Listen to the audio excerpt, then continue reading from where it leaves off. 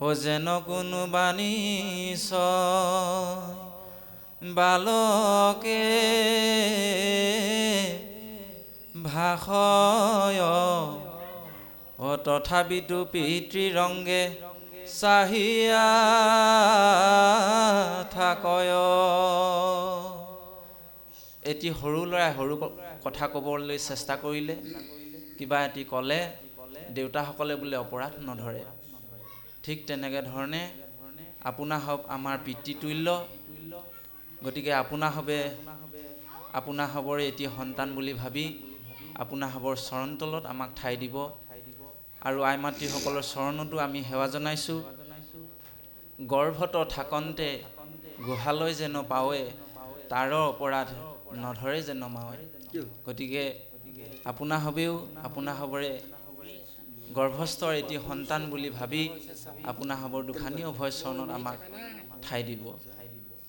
আজি এই বৈকুণ্ঠপুৰীত আপোনাৰ হবে কৃষ্ণ কথা শুনিবলৈ আহিছে। গতিকে আপোনাৰ হবৰ দৰে পুণ্যাত্মা এই কলিযুগত আৰু কোনো নাই। এই বৈকুণ্ঠপুৰীত প্ৰথম অৱস্থাতে আমি ইমান সুন্দৰকৈ শ্ৰৱণ কৰি আছিলোঁ যে আপোনাৰ হবে ইমান সুন্দৰকৈ নাম আশ্ৰয় কৰিছে। ও গৃহস্থৰে নিমন্ত্ৰণ পাই নাম লৈ আহিলোঁ, গুৰুজনা সাক্ষী কৰি নামতে ধৰিলোঁ। ঐ ৰাম নামতে ধৰিলোঁ। এই গুৰুজনাক সাক্ষী কৰি আপোনাৰ হবে পুৱাৰ ভাগৰ পৰাই নামক আশ্ৰয় কৰি আছে। আৰু আমি হবেও গুৰুজনাক সাক্ষী কৰি অকণমান নামত আশ্ৰয় কৰিবৰ কাৰণে চেষ্টা কৰা হৈছে। গতিকে কত পুণ্যৰ ফলত যে আপোনাৰ হবৰ আজি চৰণ সেৱা কৰিবলৈ আমি সুবিধা পাইছোঁ, সেয়া ভগৱন্তইহে জানে। পাঠ উদ্বোধনী আতাপুৰুষ দেউতাই ইমান সুন্দৰকৈ কৈ গ'ল যে কত পুণ্যৰ ফলত আজি এই অনুষ্ঠানভাগি আয়োজিত হৈছে। আপোনাৰ হবে নেভাবিব যে ভগৱন্তই এই সমস্ত কৰ্মখিনি তেওঁ পৰিকল্পনাৰ মাজেদি কৰোৱাইছে ভকতৰ দ্বাৰা। হৰিহে ও কিনো ভাগ্য মিলালায়া মাৰ, কত পুণ্যৰ ফলে বৈষ্ণৱ দেখা পাইলো হৰিহে ৰাম। আপোনাৰ হব কত পুণ্যৰ ফলে আমি আজি দৰ্শন পাইছোঁ। কৰিও উদ্ধাৰ কৰিও উদ্ধাৰ। এই কলিযুগত কেৱল মাত্ৰ ভকতেহে আপোনাৰ হব উদ্ধাৰ কৰিব পাৰিব দেই। ভকতৰ বিনে এই সংসাৰৰ সাগৰৰ পৰা উদ্ধাৰ কৰা বেলেগ এটা ব্যৱস্থা আমাৰ নাই। সেইকাৰণে কৈছে যে দেৱতো তীৰ্থটো কৰি ভকতেহে বৰ, ভকতক ভজিলেহে গুচয় কৰ্মজৰ। আকৌ কৈছে ভকতৰ প্ৰতিমা মূৰ দুই অধিষ্ঠান, দুয়োকে পূজা দৰ্শনে কৰিবে আতিমান। ভকতজন ভগৱন্তৰ দ্বিতীয় ৰূপ। গতিকে এই সৎসংগ সন্ত মহন্ত ভকতসকলৰ দৰ্শন পাবলৈও বহুত পুণ্য লাগিব। ইমান সহজ নহয় ভকত তীৰ্থ পাবলৈ। আগৰ কেইটা যুগত পাইছিল, কিন্তু কলি যুগত ভকত তীৰ্থ পাবলৈ বহুত পুণ্য লাগিব। যাৰ থাকে পুণ্য সংখ্যাত, সিখিজনে পাতে কাণ কৃষ্ণ কথাত। গতিকে আপোনাৰ হওক মহামহন্ত আই মাতৃসকল, আপোনাৰ হবৰ কত জনমৰ পুণ্যৰ ফলত আপোনাৰ হবে আজি এনেধৰণে সৎসংগ ভকতৰ দৰ্শন পাইছে। আপোনাৰ হওক পুণ্যাত্মা আৰু সেৱকী পৰিয়ালবৰ্গই যেনেধৰণে আপোনাৰ হবক ইমান সুন্দৰ এটা ব্যৱস্থাৰ মাজেদি আপোনাৰ হ'ব হৰি কথা শ্ৰৱণ কৰিবৰ কাৰণে ইমান সুন্দৰকৈ ব্যৱস্থা কৰি দিছে। গতিকে তেৰাসকলো পুণ্যাত্মা, তেৰাসকলকো ভগৱন্তই ভক্তি দিয়ক, আমি সেয়াই প্ৰাৰ্থনা জনাইছোঁ। আৰু আপোনাৰ হ'বৰ দুখানি চৰণত আমি সেৱা জনাই আজি অকণমান পাঠৰ বিষয়বস্তুলৈ যাব বিচৰা হৈছে। কৃষ্ণ যে গীতা হৈছে ভগৱন্তৰ নিজ মুখৰ বাণী। সেইকাৰণে কোৱা হৈছে, আমাৰ প্ৰভুজনা ইমান সুন্দৰকৈ গাই গ'ল যে শাস্ত্ৰৰ উত্তম গীতা ভাগৱত। দুভাগী শাস্ত্ৰ আমাৰ হিন্দু সনাতন সংস্কৃতিত মূল শাস্ত্ৰ হিচাপে গণ্য কৰা হয়। প্ৰথম ভাগীয়ে হৈছে গীতা, তাৰপিছত ভাগৱত। গতিকে এই গীতা প্ৰভু ভগৱন্তৰ নিজ মুখৰ বাণী আপোনাৰ ভাৱে একান্ত মনে শ্ৰৱণ কৰিব। আৰু ওচৰে পাঁজৰে যিসকল ভকত বৈষ্ণৱ আছে, এই বৈকুণ্ঠ ধামলৈ আহিব লাগে। নহ'লে আজি ইয়াত আলোচনা হোৱা কথাকেইটা আপোনাৰ ভাৱে হয়তো কাইলৈ নাপাবও পাৰে। এই মানুহৰ শৰীৰটো এটা মাটিৰ টেকেলিৰ লগত তুলনা কৰিছে। সেইকাৰণে গুৰুজনাই কৈছে, হে নৰসকল, মানুহৰ জীৱনটো কোনোবা এটা ঠাইত কচুপাতৰ পানী বুলি কৈছে, কোনোবা এটা বিজুলী চমক বুলি কৈছে, কোনোবা এটা আকৌ মাটিৰ টেকেলি বুলি কৈছে। মানুহৰ শৰীৰটো কত পুণ্যৰ ফলত মানুহৰ শৰীৰ পায়, হয়নে? সেইকাৰণে কৈছে, গুৰুজনাই কীৰ্তনত ধুনীয়াকৈ লিখিছে, আমাৰ এইবিলাক মানে কি হয়, শ্লোক মাতিলে আমাৰ চকু পানী ওলায়। শুনা সৰ্বজন শংকৰে কহে, চিৰকালইটো দেহা নৰহে, হাতে বাটে কৈত মিলৈ মৰণ, সদায়ে নেৰিবা হৰি চৰণ। আজি আমি গাড়ীখন লৈ আহিছোঁ, বাইকখন লৈ আহিছোঁ, আকৌ বা ঘৰ ঘূৰি পাওঁগেনে নাই কোনো নাজানে। কোনো আপোনাৰ মোৰ মৃত্যু ক'ত বাটে পথে আছে আমি গম নেপাওঁ। আমাৰ শৰীৰৰ এটা ইন্দ্ৰিয়ই বোলে গম পায় আমাৰ মৃত্যুৰ কথাটো, কিন্তু আপুনি মই গম নেপাওঁ। আমাৰ শৰীৰতে আছে এই ইন্দ্ৰিয়টোৱে কিন্তু গম পায়, কিন্তু আপুনি মই নাজানো। চৰণেহে জানে মৰণৰ ঠাই, আমাৰ ভৰি দুখনে জানে।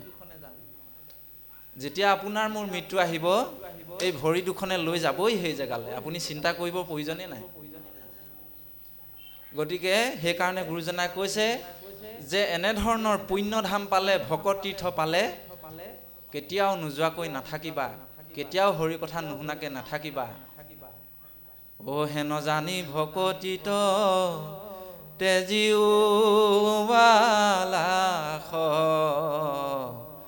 আউৰ কি মনুষ্য হইবা এৰাইতো আখ। ভাগৱত প্ৰথম স্কন্ধতে লিখিছে, 84 লক্ষ জনী অতিক্ৰম কৰি মানুহৰ শৰীৰটো পায়। যদি এই মানুহৰ শৰীৰটো পাই পেলাই হৰি কথা আমি শ্ৰৱণ নকৰোঁ, এই বৈকুণ্ঠ ধামৰ যি অমৃতময় বাণী এইখিনি কথা আমি নলওঁ, তেতিয়াহ'লে কিন্তু আৰু দ্বিতীয়বাৰ যে মনুষ্য শৰীৰ পাবা এই আশাটো এৰা। এইবাৰেই শেষ বুলি ধৰি লোৱা। গীতাত ইয়াত ক'বগে, দ্বিতীয় অধ্যায়ত ক'বগে, প্ৰভু ভগৱন্ত অৰ্জুনক কৈছে, হে অৰ্জুন, 84 লক্ষ জনী বাদ দিয়া, এইটো জনমতেই 3টা শৰীৰ পাইছা বোলে। প্ৰভু মই বুজা নাই, মই বুজাই দিছোঁ শুনা। দেহি নুস্মিন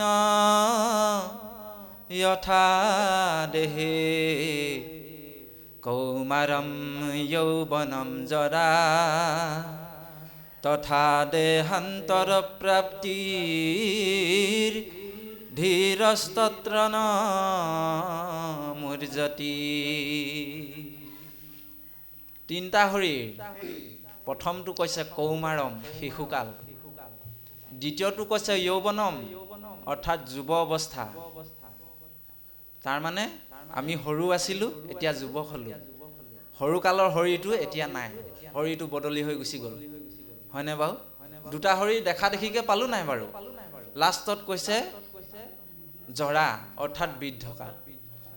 তাৰমানে আমাৰ কিশোৰ অৱস্থাত থকা শৰীৰটো ডেকা অৱস্থাত নাই, ডেকা অৱস্থাত থকা শৰীৰটো বৃদ্ধ অৱস্থাত নাই, দেহৰ পৰিৱৰ্তন ঘটি আছে।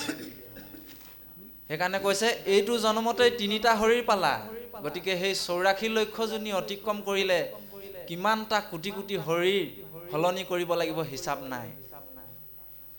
কেতিয়াবা গছ গছনি হৈছোঁ, কেতিয়াবা মাছ কাছ হৈছোঁ, কেতিয়াবা চৰাই চিৰিকটি হৈছোঁ, কেতিয়াবা কীট পতংগ হৈছোঁ, কেতিয়াবা মাটিৰ তলত থকা কেঁচু কুমতি হৈছোঁ, কেতিয়াবা জোক পোক মহ দাহ হৈছোঁ। ইমানবিলাক জীৱ ভ্ৰমণ কৰি কৰি কৰি কৰি আহি আহি প্ৰভু ভগৱন্তই কৃপা কৰি আপোনাক মোক নৰশৰীৰটো দিলে। সেইকাৰণে মানে এই কথাষাৰ স্বয়ং বামন অৱতাৰত প্ৰভু ভগৱন্তই ব্ৰহ্মাক কৈছে, হে ব্ৰহ্মা, সকলোৱে হৰি ভকতি নাপায়, যিসকলৰ মোৰ বিশেষ কৃপা থাকে সেইসকলেহে মোৰ গুণনাম শ্ৰৱণ কীৰ্তন কৰিব পাৰে, মোৰ সেৱা কৰ্ম কৰিব পাৰে। অহত কোটি জন্মান্তৰে শুৱে মহাভাগ, নৰ হৰি ৰক জীৱে দেৱে পাৱে লাগ। ও তাত যেবে মূৰ দায়া ভৈলা যাক প্ৰতি, অহিজনে কৰিব পাৰে আমাত ভকতি। স্বয়ং প্ৰভু ভগৱন্তৰ মুখৰ বাণীয়া, আমাৰ লিখীয়া অল্পমতী অধমৰ মুখৰ বাণী নহয়। ভগৱন্তই বহুত কৃপা কৰাৰ পিছত এই নাম বস্তু পায়। সেইকাৰণে আপোনাৰ হবে যিকণ সময় শ্ৰৱণ কৰে একান্ত মনে শ্ৰৱণ কৰিব, আৰু পৰকালৰ ধন হৰিনাম অকণমান লৈ যাব বুলি আমি আশা কৰিছোঁ। গতিকে মূল শাস্ত্ৰভাগী সংস্কৃতত আছে। আমাৰ প্ৰভুজনাই সুন্দৰকৈ কৈ গ'ল যে ভীষ্ম পৰ্বৰ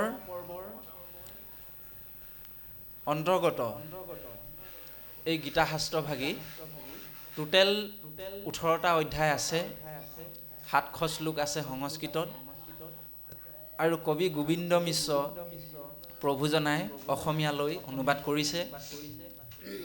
তেওঁ মংগলাচৰণৰ পৰা আৰম্ভ কৰিছে। মংগলাচৰণ আৰম্ভ কৰিয়ে প্ৰথম গুৰুক নমস্কাৰ কৰিছে। প্ৰথম গুৰুৰ দুখানি চৰণ হিৰে লৈ তেওঁ এই মহান কাৰ্যভাগী কৰিবৰ কাৰণে আগবাঢ়িছে। গতিকে এই যিটো গীতা, এই গীতাত মুঠ 18টা অধ্যায়, আৰু এই 18টা অধ্যায়ত প্ৰথমতেই আমি পাওঁ অৰ্জুনৰ বিষাদ যুগ। অৰ্থাৎ আপোনাসৱ সকলোৱে জানে যে কুৰুক্ষেত্ৰৰ যুদ্ধত অৱতীৰ্ণ হ'বলৈ গৈ অৰ্জুনে নিজৰ বংশ পৰিয়াল, মিতিৰ কুটুম, নিজৰ গুৰুসকলক দেখি যুদ্ধত থমকি ৰৈছিল। তেওঁ কৈছিল যে প্ৰভু, মই যুদ্ধ কেনেকৈ কৰিম? কথম ভীষ্ম মহং সংখে দৃঢ়ম স মধুসূদন, ইষুভিঃ প্ৰতিউচ্চামি পূজাৰ হাৰ্বৰীসূদন। হে প্ৰভু, হে সখা, এইসকল মোৰ গুৰু, এইসকলৰ সদায় চৰণ বন্দনা কৰিব লাগে আমি। এইসকলৰ চৰণ বন্দনা, চৰণ সেৱা কৰাৰ যোগ্য হওঁ আমি। গতিকে এনে এজন মহান পুণ্যাত্মা মোৰ নিজৰ গুৰুক মই তেওঁৰ বিৰুদ্ধে মই কেনেধৰণে অস্ত্ৰ তুলিম? এই বুলি তেওঁ ভগৱন্তৰ চৰণত প্ৰাৰ্থনা জনাইছে। তাৰপিছত তেওঁ দেখিলে মিতিৰ কুটুমবিলাক। তাৰমানে ইয়াৰ দৰ্শনটো হৈছে যে কোনোবাই ভাল কৰ্ম কৰিলেও, বেয়া কৰ্ম কৰিলেও বা বেয়া ৰাস্তাত থাকিলেও মিতিৰ কুটুমবিলাক দেখিলে আমি কিন্তু বাধা দিয়াৰ পৰা অকণমান দূৰত থাকিবলৈ বিচাৰোঁ। এইটোৱে হৈছে ইয়াৰ দৰ্শন। আপোনাৰ মোৰ পৰিয়ালে যদি কিবা বা বংশ পৰিয়ালে যদি কিবা ভুল কাম এটা কৰে, আপুনি মই তাত মাত নেমাতো। আনে কৰিলে কিন্তু মাত মাতো। গতিকে এই দৰ্শনটো কিন্তু শাস্ত্ৰই পোনপ্ৰথমে আমাক দিছে। সেইকাৰণে ভগৱন্তই এতিয়া তেওঁক বুজাব যে হে অৰ্জুন, যিসকল অধৰ্মী, যিসকল আততায়ী, এইসকলক বধ কৰিলে, নিপাত কৰিলে তোমাৰ পাপ নহয়। এই কথাখিনি সুন্দৰকৈ আমাক বুজাব। গতিকে প্ৰথম অধ্যায় যি অৰ্জুনৰ বিষাদ যুগ, এই বিষাদ যুগত আমি অৰ্জুনৰ যি মনৰ সংশয়, মনৰ বিষাদৰ কথাখিনি প্ৰথম অধ্যায়টোত আমি পাম। তাৰপিছত লাহে লাহে আমি সাংখ্য যুগ, কৰ্মযুগ, জ্ঞান কৰ্ম সন্ন্যাস যুগ, কৰ্ম সন্ন্যাস যুগ, ধ্যান যুগ, জ্ঞান বিজ্ঞান যুগ, এনেকৈ কৰি একেবাৰে শেষত আমি সন্ন্যাস যুগলৈকে পঢ়িবলৈ পাম বা শ্ৰৱণ কৰিবলৈ পাম। গতিকে আপোনাৰ সবৰ চৰণত আমি ভক্তিৰ সেৱাভাগী অৰ্পণা কৰি পুনৰ অকণমান পাঠৰ মাজলৈ আগবঢ়াব বিচৰা হৈছে। পাঠ অকণমান যোৱাৰ পিছত আমি প্ৰথম অধ্যায়ৰ পৰা অকণমান আলোচনা আগবঢ়াম। কৃষ্ণ কৃষ্ণ। গীতা আৰম্ভণি কৰাৰ আগত কবি গোবিন্দ মিশ্ৰই মংগলাচৰণৰ যোগেদি কিছুমান দৰ্শন আমালৈ দিছে। আমি এই দৰ্শনবিলাক ল'লেও জীৱবিলাকৰ কিন্তু বহুত উপকৃত হয় বা আমি উপকৃত হ'ম। ইয়াত মংগলাচৰণ শব্দটোৰ অৰ্থই বহুত গুৰুত্বপূৰ্ণ আৰু তাৎপৰ্য বহন কৰিছে। মংগল যোগ আচৰণ সমান মংগলাচৰণ, অৰ্থাৎ আপুনি মই ভাল বিচাৰিবলৈ হ'লে, মংগল বিচাৰিবলৈ হ'লে আচৰণটো তেনেধৰণে কৰিব লাগিব। আচৰণটো এনেধৰণৰ হ'ব লাগিব, তাক কৈছে মংগলাচৰণ। এনেধৰণে আমি চমুকৈ দৰ্শন পাওঁ। সেইকাৰণে তেওঁ গীতা আৰম্ভণি কৰিব যোৱাৰ আগতে মংগলাচৰণত কেইটিমান পদ আমালৈ আগবঢ়াইছে। তেওঁ কৈছে যে দাপৰৰ শেষত কলিৰ আদ্যত পাৰ্থক কহিলা কৃষ্ণে এই গীতা জ্ঞান কুৰুক্ষেত্ৰৰ ৰণত সেই বিভীষিকাময় পৰিস্থিতিৰ হ'বলৈ যোৱাৰ আগত কৃষ্ণই তেওঁ সখাৰূপী ভকতক এই গীতা জ্ঞান দিছিল। এই কথাটো তেওঁ সুন্দৰকৈ লিখিছে আৰু কৈছে যে দেখা কেনে ভাব ভক্তিৰ প্ৰভাৱ যশোদা ব্ৰহ্মক বান্ধে। আমালৈ কৈছে যে হে নৰসকল, ভক্তিৰ ইমান বল আছে, ভক্তিত ইমান শক্তি আছে যে ভক্তিৰ দ্বাৰা, উদাহৰণটো দিলে যশোদাই কৃষ্ণক অৰ্থাৎ ব্ৰহ্মক বান্ধিব পাৰিছে বুলি। চাওক, ভক্তিৰ ইমান শক্তি আছে। সেইকাৰণে প্ৰভু ভগৱন্ত ভকতৰ দাস আৰু প্ৰভু ভগৱন্তই ভকতক সদায় উচ্চ স্থানত ৰাখে। উচ্চ স্থানতো দূৰৰে কথা, ভগৱন্তই বোলে ভকতক হৃদয়ত ৰাখে। এই কথাটো স্বয়ং তেওঁ নিজেই কৈছে উদ্ধৱৰ আগত। অ ভকতেহে মোৰ হৃদি জানিবা নিশ্চয়, অ ভকত জনৰ জানা আমি হে হৃদয়। অ ৰাম মই বিনা ভকতে নিশ্চিন্তে কিছু আন, অ ভকতত পৰে মই নজানো আন। ভগৱন্তই কৈছে ভকতজন মোৰ পৰম সুহিত, গতিকে মই তেওঁক হৃদয়ত ৰাখোঁ, আৰু সেই ভকতজনীয়েও মোৰ কথাহে দিনে ৰাতিয়ে চিন্তা কৰে, সেইকাৰণে মই তেওঁৰ কথা চিন্তা কৰোঁ। তাৰ বাদে মই বেলেগৰ কথা বৰ বেছি এটা চিন্তা নকৰোঁ। ভগৱন্ত ইমানেই কৃপালু, সেইকাৰণে কৈছে যে ভক্তিৰ দ্বাৰা ভগৱন্তক যশোদাই বান্ধিব পাৰিছিল বুলি কৈছে। ভকতিৰ ইমান মহিমা আছে। আমি সেইকাৰণে প্ৰভু ভগৱন্তক সদায় প্ৰেম আৰু ভক্তিয়ে সদায় তেওঁক সেৱা অৰ্চনা কৰিব লাগে। নিষ্কাম ভাৱনাৰে তেওঁৰ ওচৰত আমি শৰণাপন্ন হ'ব লাগে। আমাক সেইকাৰণে কৈছে, গুৰুজনাই শৰণৰ ব্যৱস্থাটো আমাক দিছে। যাদৱ যদু নন্দ মাধৱ মধুসূদন,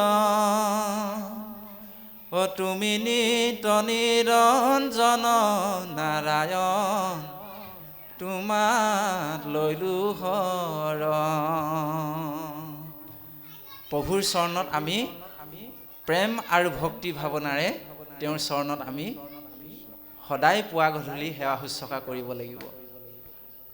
তেতিয়া আমাৰ কি হ'ব? ভগৱন্তই আপোনাক মোক ভাল পাবলৈ আৰম্ভ কৰিব। ভাল পাবলৈ আৰম্ভ কৰাৰ লগে লগে তেওঁ আমাক কৃপা বৰষণ কৰিবলৈ আৰম্ভ কৰিব। গতিকে ইয়াত বৰ সুন্দৰকৈ কৈছে যে ভক্তিৰ দ্বাৰা এজন ভকতে ভগৱন্তক বান্ধি ৰাখিব পাৰে। এবাৰ কি হ'ল, মৰ্ত্যৰ এজন ভকতে নাৰদক লগ পালে। নাৰদক লগ পাই ক'লে, বোলে সেই নাৰদ,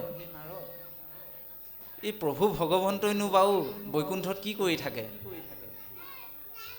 এইবাৰ যদি তুমি বৈকুণ্ঠলৈ যোৱা সুধি আহিবাচোন, তেওঁনো কি কৰি থাকে তাতে? আমাক যে দৰ্শন নিদিয়ে, নহয় বাৰু? তেওঁৰ নাম লৈ আছোঁ, আমাক দৰ্শন নিদিয়ে, কিনো কৰি থাকে বৈকুণ্ঠত? এবাৰ গ'লে সুধি আহিবাচোন। ঠিক আছে বাৰু। নাৰদ গ'ল বৈকুণ্ঠলৈ। নাৰদ যাওঁতে প্ৰভু ভগৱন্তই কৈছে, নাৰদ তুমি আহিলা, তোমাৰ চৰণ ধূলি আমাৰ আজি বৈকুণ্ঠ পবিত্ৰ হ'ল বোলে। সেই বুলি সেৱা ধৰিছে। আহা আহা, আহি মোৰ আসন গ্ৰহণ কৰা। প্ৰভুৱে নিজৰ আসনভাগ ত্যাগ কৰি ভকতক বহিবলৈ স্থান দিছে। গতিকে ভকতক ক'ত ৰাখিছে তেওঁ আপোনাৰ ভাৱে চিন্তা কৰকচোন। ভকতক সদায় আগত ৰাখিছে। ইমানেই ভাল পায় তেওঁ ভকতক যে নিজৰ আসনখন ত্যাগ কৰি তোমাৰ চৰণ ধূলি আমাৰ বৈকুণ্ঠ বোলে পবিত্ৰ হ'ল। এতিয়া আমাৰ গৃহলৈ ভকত আহিলে আমি এনেধৰণে প্ৰাৰ্থনা কৰোঁ হকনে বাৰু? এই ব্যৱস্থাটো কিন্তু কৰিব লাগিব, তেতিয়াহে আমাৰ কৃপা হ'ব। ভকতক আমি সেৱা শুশ্ৰূষা কৰিব পাৰিলেহে কৃষ্ণক পাইবাক লাগি ভকতেহে পন্থা, ইহাক কহৈ গীতা ভাগৱত গ্ৰন্থা। প্ৰথম টিকটটো ভকতৰ ওচৰতে কাটিব লাগিব। ভকত শ্ৰদ্ধা সেৱা শুশ্ৰূষা আমি কৰিব লাগিব। তাৰ পিছতহে লাহে লাহে আমি ভগৱন্তৰ কৃপা পাবলৈ এখোজ দুখোজকৈ আগবাঢ়ি গৈ থাকিম। আজি এনেধৰণে ভকত সেৱা হৈছে, হয়নে বাৰু? তাৰপিছত ক'লে, বোলে প্ৰভু কুশলে আছেনে? বোলে হয় আছোঁ। নাৰদক খবৰ খাতি লৈছে, বোলে নাৰদ মৰ্ত্যত সকলোবিলাক কুশলে আছেনে? বোলে হয় প্ৰভু আপোনাৰ কৃপাত সকলো কুশলে আছে। এনেধৰণে কথা পাতি পাতি আহিবলৈ লোৱাৰ সময়তে এই ভকতজনে কৈ পঠিওৱা কথাটো নাৰদৰ মনত পৰিল। বোলে প্ৰভু কথা এটা নহয়। বোলে কি? এই মোক আহোঁতে ভকত এজনে মোক প্ৰশ্ন এটা কৰি পঠিয়াইছিলে। বোলে তুমিনো বৈকুণ্ঠত থাকি কি কৰা? কি কৰি থাকানো বৈকুণ্ঠত? এই প্ৰশ্নটো মোক তেওঁ কৰিছিলে, মই গৈ পেলাই তেওঁ উত্তৰটো দিব লাগিব। গতিকে কৃপা হ'ব লাগে প্ৰভু। এনেধৰণে কলত তেতিয়া প্ৰভু ভগৱন্তই মাত দিছে, হে নাৰদ, আমি এই শ্লোকভাগে সেইকাৰণে আৰম্ভণিতে গোৱা হৈছিলে, নাহম তিষ্ঠামি বৈকুণ্ঠ যোগিনম হৃদয় নস্ৰ মদ ভক্তা যত্ৰ গায়ন্ত্ৰী তত্ৰ তিষ্ঠামি নাৰদ। ও নাৰদত বিষ্ণু আচন্ত কৈ এ বৈকুণ্ঠতো মই নাথাকোঁ ৰৈ। এ ৰাম যোগীও হিয়া এৰি সমুদায় ও থাকোঁ ভকতৰ কীৰ্তন চাই ও থাকোঁ ভকতৰ কীৰ্তন চাই। হে নাৰদ, মই বৈকুণ্ঠত নাথাকোঁ, মই যোগীৰ হৃদয়তো মই নাথাকোঁ, মই কেৱল মাত্ৰ ভকতৰ কীৰ্তন, মই গুণানুকীৰ্তন শুনি থাকোঁ, শ্ৰৱণ কীৰ্তন কৰি থাকোঁ, মই ভকতৰ লগত থাকোঁ। য'ত ভকতে মোৰ গুণ নাম কীৰ্তন কৰিব মই ত'তে থাকোঁ বুলি কৈছে। এতিয়া আপোনাভাৱে আজি নেভাবিব ইয়াত ভগৱন্ত নাই বুলি। ভগৱন্ত ইয়াতো বিৰাজমান হৈ আছে। যিকোনো মূৰ্তিত ভগৱন্ত ইয়াত বিৰাজমান হৈ আছে। আপোনাৰ হবে বা আমি হবে, আমাৰ চকুবিলাক মায়াৰে আবৃত হৈ থকাৰ কাৰণে আমি দেখা পোৱা নাই। সেইকাৰণে দিহানামত গাইছে, ও হেৰ' মন ও নালাগে যাবলৈ কাশী বৃন্দাবন। য়ে ৰাম, বৃন্দাবনত কৃষ্ণ নাই মোহন বাহিলৈ, ভকতৰ মাজতে আছে হিৰো। এই ভকতসকলৰ মাজতে ভগৱন্ত ৰৈ আছে। আমি মায়া থকাৰ কাৰণে দেখা নাই। আমাক কৈছে এই ভকত তীৰ্থলৈ আহা, এই বৈকুণ্ঠ ধামলৈ আহা, এয়া আজি বৈকুণ্ঠ ধাম, ইয়ালৈ আহা, তেতিয়াহে মোক কিহত লগ পাবা, এই অমৃতময় বাণীৰ দ্বাৰা মোক হৃদয়ত লগ পাবা বুলি কৈছে। কিমান সুন্দৰ দৰ্শন দিছে হয়নে?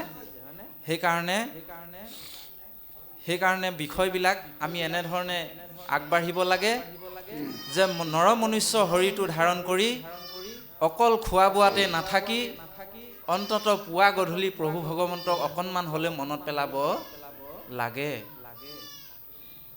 সেইকাৰণে নাম ল'বা দুবেলি, পুৱা আৰু গধূলি, শুদ্ধ চিত্তে নাম ল'লে মন হ'ব মুকলি। কলিযুগৰ অল্পমতি জীৱৰ গোটেই আমাকতো কৈছে অবিৰামভাৱে লোৱা নাম, কিন্তু আমাৰ সময় নাই। সেইকাৰণে গুৰুজনাই চমু দৰ্শন দিলে যে পুৱা আৰু গধূলি দুবাৰ হ'লেও অকণমান হ'লেও গুৰু সেৱা কৰিবা, ঈশ্বৰক নাম গুণ অকণমান কৰিবা। নহ'লে কিন্তু সেই গৃহখন গৃহ নহয়, স্বয়ং অৰণ্য মানে অৰণ্য হাবি বুলি কৈছে। জয়ছ ভাৰ্যা গৃহে নাস্তি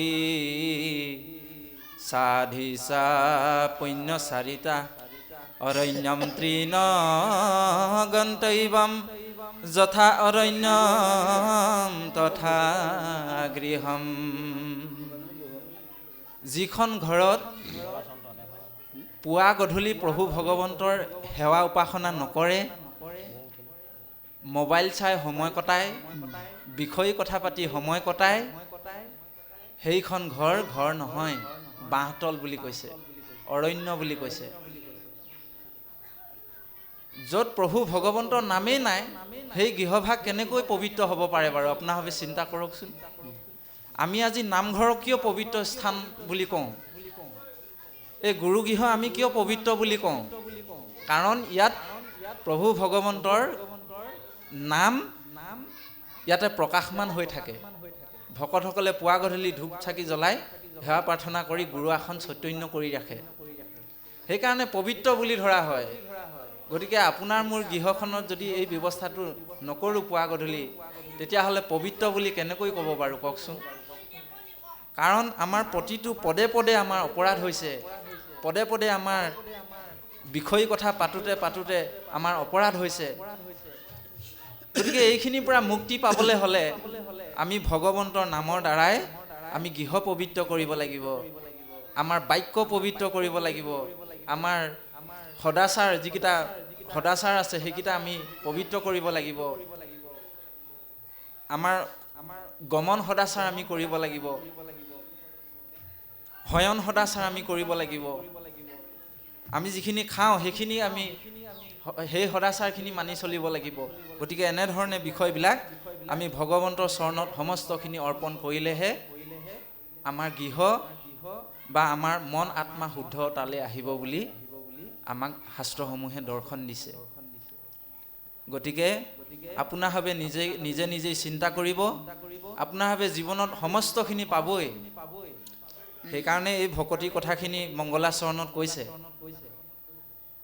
সকলো পাব জীৱনত, কিন্তু নিব মাত্ৰ দুটা বস্তুহে, পাপ আৰু পুণ্য, হয়নে? আহিছিলো অকলৈ, যামে গৈ অকলৈ, পাৰে হৈ জীৱনৰ হাকো, অ পাপে পুণ্যে দুটি পথৰে সাৰথি, কৰ্ম ফলতে হে আশা। আপোনাৰ মোৰ লগত দুটা বস্তুৱে যাব, পাপ আৰু পুণ্য। আপোনাৰ ভাৱে আজি ইয়াত যিখিনি নাম ধন ঘটিব সেইখিনিহে পৰম সম্পদ লৈ যাব পাৰিব, এই পৰম পুণ্যখিনিহে লগত লৈ যাব পাৰিব। বাকী পাৰ্থিৱ গোটেই সংসাৰৰ বস্তুবিলাক ইয়াতে থৈ যাব লাগিব, লাগিব নাই বাৰু? এতিয়া এই কুৰুক্ষেত্ৰৰ যুদ্ধ আৰম্ভণি হোৱা নাই, হ'ব বাৰু। সেই কুৰুক্ষেত্ৰৰ যুদ্ধ কিহৰ কাৰণে হৈছিলে আপোনাৰ ভাৱে সকলোৱে জানেই কম বেছি পৰিমাণে। মূল দৰ্শনটোৱে হ'ল তেওঁলোকৰ ৰাজ্য ধন। বিভিন্ন কাৰণ আছে, কিন্তু তাৰ ভিতৰত এটা মূল কাৰণ হ'ল ৰাজ্য ধন সম্পদ। ভগৱন্তইতো নিজেই শান্তিদূত হৈ গৈছিলে কৌৰৱৰ ওচৰলৈ, যে তোমালোকে তেওঁলোকক ইন্দ্ৰপ্ৰস্থ ঘূৰাই দিব লাগে। সেইটো মান্তি নহ'ল। তাৰপিছত ক'লে বোলে 5জন ককাই ভাই আছে, 5জনৰ নামত একোখনকৈ 5খন গাঁও দি দিয়া, তাতে সন্তুষ্ট হৈ যাব, মই তেওঁলোকক বুজাই দিম। তেতিয়া কি বুলি ক'লে দুৰ্যোধনে, নখৰ আঙুলিটো সমান বেজীৰ আগত ৰোৱা মাটিকণৰ সমানো মই মাটি এৰি নিদিওঁ। চাওকচোন বাৰু, বেমাৰটো তাতে লাগিলে। কাজিয়াটো তাৰ পৰা আৰম্ভ হোৱা নাই জানো? এতিয়া সেই কাৰণে সেই যুদ্ধত গোটেইবিলাক গুচি গ'ল, বংশ শেষ হৈ গ'ল। কিহৰ কাৰণে? মাটি বাৰী ধন সম্পদৰ কাৰণে। আজি হাৰিয়ানাৰ কুৰুক্ষেত্ৰ এতিয়াও পৰি আছে। নাই তাত যুধিষ্ঠিৰ আছে, নাই তাত দুৰ্যোধন আছে, নাই তাত ভীম আছে, নাই তাত অৰ্জুন নকুল কোনো নাই। সেই মাটিৰ কাৰণে কাজিয়া লাগি বংশ এদায় হৈ গ'ল, কিন্তু সেই মাটি এতিয়াও পৰি আছে তাত। কোনোবাই উপভোগ কৰি আছে, হয়নে? কোনোবাই ভোগ কৰি আছে। কি লাভ হ'ল কাজিয়া কৰি? এই দৰ্শনবিলাক দি আছে বাভমস্ত আপোনাৰ হওক আমাক। আমি বিষয়ী বস্তুবিলাকক লৈ কাজিয়া পেচাল কৰি কোনো কিন্তু সুখী হ'ব নোৱাৰো। লাষ্টত গৈ পেলাই সেই যুধিষ্ঠিৰৰ মনত বৈৰাগ্য ভাৱ আহি গৈছিল, যেতিয়া সেই আইসকলে কান্দিছিল, মানে হেৰি যুদ্ধক্ষেত্ৰৰ সৈনিকসকলৰ আইসকলে যেতিয়া কান্দিছিল, যুধিষ্ঠিৰে নিজকে অস্থিৰ কৰি পেলাইছিল, বোলে ইমান ডাঙৰ পাপ কাম কৰিলোঁ, এইসকলক মাৰি এতিয়া মই ৰাজ্য ভোগ কৰিম, হয়নে?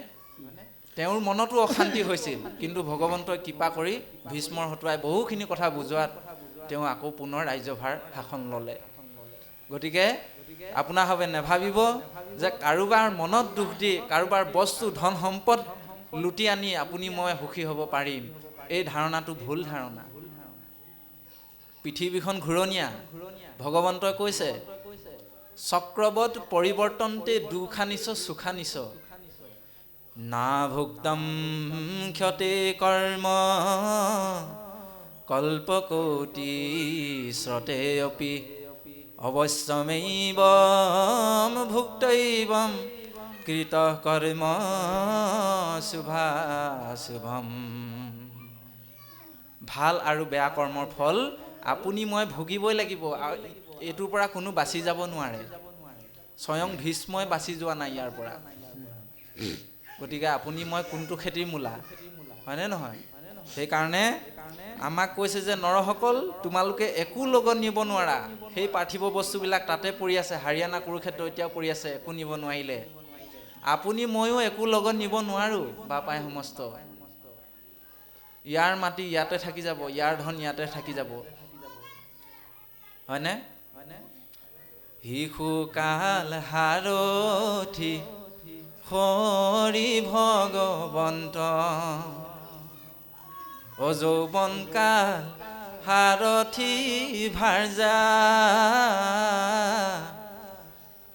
ও বৃদ্ধ কাল সাৰথি লাখুটি বিচনা, মৃত্যু কাল সাৰথি চিতা।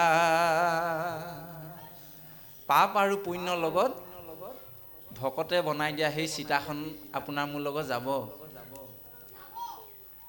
তাৰ লগত আৰু একো নাযায়। আৰু গৈ গৈ গৈ গৈ গৈ গৈ ইমান দুখ লাগে সেইখিনিতে, বোলে খৰি দিবলৈও বোলে মাটিকণ আকৌ দক্ষিণা দি কিনি ল'ব লাগে, হয়নে বাৰু? দক্ষিণা এটা দি ল'ব লাগে। তাৰমানে আপোনাৰ মোৰ ছাইকণ পৰিবলৈও এই পৃথিৱীত অধিকাৰ নাই। তেতিয়াহ'লে কাক লৈ আমি অহংকাৰ কৰিছোঁ, কাক লৈ আমি গৌৰৱ কৰিছোঁ, চিন্তা কৰকচোন। তাতে যেতিয়া শৰীৰটো জ্বলাই দিব, তাতে যেতিয়া শৰীৰটো জ্বলাই দিব, আহি পেলাইনি বাপসকলে কোনো একো নাখায়, হয়নে? কি হ'ল? বোলে শৰীৰ চোৱা হ'ল, আমাৰ শৰীৰটো চোৱা হৈ আহিছে। যিকেইজন ককাই ভায়ে, যিকেইজন মানে ওচৰ বন্ধুবৰ্গই, এজন মোৰ পৰম সুহিত, এজন মোৰ পৰম বন্ধু, হয়নে? সন্তানকেইটাই ক'ব এজন মোৰ দেউতা, এই বুলি কৈ পেলাই যিকেইজনে আগমুহূৰ্তলৈকে থাকে, সেইকেইজনে সেই মানে শৰটো জ্বলাই দিয়াৰ পিছত চোৱা হ'ল বুলি পদূলি মুখতে বোলে গা ধুৱে, হয়নে বাৰু? ধুৱে নাই বাৰু? কমটি দুখৰ কথা নে? আপোনাৰ মোৰ সেইটোহে দেহা, হয়নে নহয়? পদূলি মুখতে গা ধুব বোলে, নহ'লে বাহিৰতে কাপোৰ কানি তাতে ধুব, গা ধুব তাতে, তাৰপিছতহে ভিতৰলৈ আহিব। ইমান অসুচি হৈ গ'লো আপুনি মই। কাক লৈ অহংকাৰ কৰোঁ তেতিয়াহ'লে? তাৰপিছত আহিলোঁ, যেতিয়া সমস্তখিনি আহিব, অহাৰ পিছত আজিকালি আমি বহু জেগাত দেখিছোঁ, এই ল'ৰাকেইটাই যেনে তেনে 10 দিনমান থাকে আৰু ধুতি চেলেং পিন্ধি, দেই বাপ সমস্ত। আমি এইখিনিলৈকে কোৱা শুনিছোঁ, এই বইলিং খাই খাই আমনি লাগিছে আৰু কেতিয়াকেনো এইকেইটা দিন পাৰ হয়, এনেকৈ কোৱা সন্তানো আমি লগ পাইছোঁ। বৰ্তমান হৈ আছে এই ঘটনাবিলাক, আপোনাৰভাৱে লক্ষ্য কৰি যাওক। তাৰপিছত কি হ'ব? যেনে তেনে যাব আৰু 11 দিন, যেনেকৈ কোনোবাই 10 দিনত কৰে, কোনোবাই 11 দিনত কৰে, বাৰু সেইটো নিজৰ নিজৰ বিষয়বস্তু, বাৰু আমি 11 দিনেই ধৰিছোঁ। 11 দিন যোৱাৰ পিছত পিছদিনাখনৰ পৰা একদম মানে আৰম্ভ হৈ গ'ল আৰু, হয়নে? একদম আৰম্ভ হৈ গ'ল আৰু যাৰ যি মন যায় তাকে খাবলৈ আৰম্ভ কৰে, ফূৰ্তি আৰু। তাৰ পিছৰ পৰা একো নাই, হয়নে বাৰু? আকৌ সেইখিনিতে আকৌ বহুত বেছি দুখ লাগে। এই ল'ৰা ছোৱালীকেইটা দেউতা দেউতা বুলি মাতি থাকে, মা মা বুলি মাতি থাকে। যেতিয়া দেউতাক ইহ সংসাৰৰ পৰা গুচি যায়, বা মাক আইগৰাকী যদি মাকজনী যদি গুচি যায়, সেই ল'ৰা ছোৱালীকেইটাই আকৌ বোলে ৰাতি অকলে যাবলৈ ভয় কৰে, বোলে ভূত ওলাব, হয়নে বাৰু? আপুনি মই ভূত হৈ গ'লোঁ। যিকেইটা ল'ৰা ছোৱালীয়ে মোক দেউতা দেউতা বুলি মৰম চেলাই আছিলে, সেইকেইটা ল'ৰা ছোৱালীয়ে আকৌ এতিয়া ভূত ওলাব বুলি কৈছে। এয়া বাস্তৱ সত্য। তাৰপিছত দুখ লাগে কোনখিনিত? জীৱতী যাবগৈ হজাত এৰি থৈ, পুত্ৰ ভাৰ যায় কান্দিব ছমাহলৈ। আপোনাক মোক দুখ কৰি পেলাই পুত্ৰ ভাৰ যায় মাত্ৰ 6 মাহমান কান্দিব আৰু তাৰপিছত ভগৱন্তৰ মায়া আহি লগ ল'ব, এই পাহৰিলে আৰু হাঁহি মূৰ্তি ফূৰ্তি কৰি আৰু, হয়নে? বিভিন্ন ধৰণৰ ৰংচঙীয়া, আপোনাক মোক মনত নাৰাখে আৰু। ৰাম দুদিনলৈ কান্দিব ককাই আৰু ভাই, কাৰণ মাটি বাৰী কথা আছে। আপোনাৰ মোৰ ককাই ভাই আজিকালি মৰিলে মানে কোনো দুখ নকৰে, কাৰণ মাটি অকণমান সৰহকৈ পাব, ভালহে পায় মৰিলে। আৰু এই কথাফাকি আপোনাৰ এই অভাজনৰ নহয়, আদি জামালত লিখা আছে। আদি জামালত কৈছে এইটো কথা।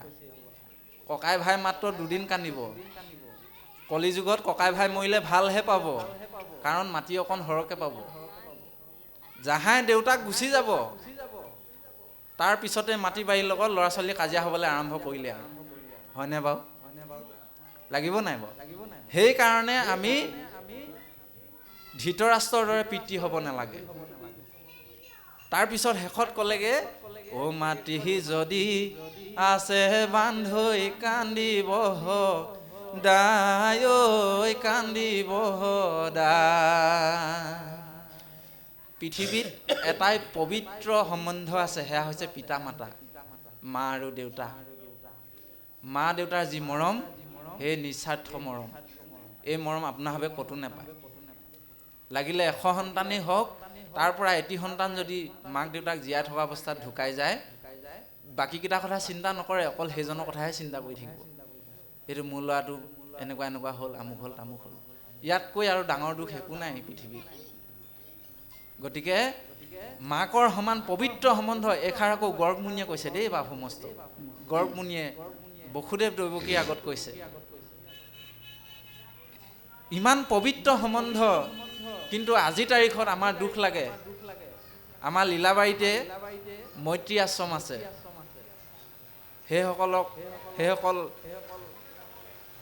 সেইসকল ককা আইতা কোনে ৰাখিছে তাত? আপোনাৰ হ'বৰ নিচিনা, আমাৰ হ'বৰ নিচিনা সন্তানেই ৰাখিছে তাত, হয়নে বাৰু? গতিকে এই বিষয়বস্তুবিলাক বহুত গভীৰ। সেইকাৰণে আমি অন্ততঃ অকণমান ভকতি কৰিব লাগে, সংস্কাৰ শিকাব লাগে ল'ৰা ছোৱালী। নহ'লে কিন্তু আপোনাক মোক কোনেও মনত নাৰাখিব এই পৃথিৱীত। আমি LP স্কুলত থাকোঁতে এটি কবিতা পঢ়িছিলোঁ, নাম আছিলে ধূলিকণা মই, হয়নে? আপোনাৰ সকলোৱে পঢ়িছে। কেতিয়াবা মনত ৰাখিব লাগে, এইবিলাক কবিতা কামত আহে জীৱনত। মই মৰিলেও দিন গ'লে ৰাতি হ'ব, জোনবেলি ওলায়ে থাকিব, গছত ফুলিব ফুল, বতাহ বলিব, নিজ বাটে নক্ষত্ৰ ঘূৰিব, হয়নে? আপুনি মই গুচি গ'লে কোনো কাৰো ইয়াত একো ক্ষতি নহয়। কাৰোবাৰ ক্ষতি হ'ব জানো? গোটেই বিশ্ব ব্ৰহ্মাণ্ডত কোটি কোটি জীৱ হৈ আছে। আপুনি মই কোনোবা এটা কোণত আহি অকণমান বালিচাহী এটা হৈ পেলাই জন্ম হৈছোহি। হে, আজিকালি টাউনততো মৰি গ'লে মানে কাষৰ মানুহবোৰে গম নাপায়, গাঁৱৰ পৰিৱেশবিলাকতো অকণমান গম পায়েই। গতিকে আপোনাক মোক কোনে কিমান দিন মনত ৰাখিব? কোনো মনত নাৰাখে আপোনাক মোক। কালৰ সোঁতত চব গুচি যাব। এই পৃথিৱীত কিমান ডাঙৰ ডাঙৰ বীৰবিলাক জন্ম হ'ল, হয়নে বাৰু? আলেকজেণ্ডাৰে বোলে বিশ্ব জয় কৰিছিল। কি পালে বিশ্ব জয় কৰি? লাষ্টততো তেওঁ সুদাহাতে গুচি যাবলগীয়া হ'ল, হ'লনে নহ'ল বাৰু? সেইকাৰণে ইমান ডাঙৰ ডাঙৰ বীৰবিলাক জন্ম হ'ল, কিন্তু সেইকাৰণে কৈছে যে উপজিলে যেনেধৰণে মৃত্যু হ'বই, আৰু মৃত্যু হ'লে উপজিব লাগিবই। আপুনি মই লগত একো নিব নোৱাৰোঁ, এইটো প্ৰকৃতিৰ নিয়ম। সেইকাৰণে আমি ইয়াৰ পৰা দৰ্শন পাওঁ যে আমি দেউতা মাসকল গান্ধাৰীৰ দৰে হ'ব নালাগে, আৰু ধৃতৰাষ্ট্ৰৰ দৰে হ'ব নালাগে। ধৃতৰাষ্ট্ৰই প্ৰথমতেই কৈছে, ইয়াতে প্ৰথম শ্লোকতে কৈছে, ধৰ্মক্ষেত্ৰে কুৰুক্ষেত্ৰে সমবেতা যুযুৎসুৱ। দুখন ক্ষেত্ৰৰ কথা তাতেই ভাগ কৰি দিছে। পুত্ৰ মোহত পৰি নিজৰ ভায়েকৰ সন্তানকেইটাক লোকৰ বুলি ভাবিবলৈ আৰম্ভ কৰিলে, হয়নে বাৰু?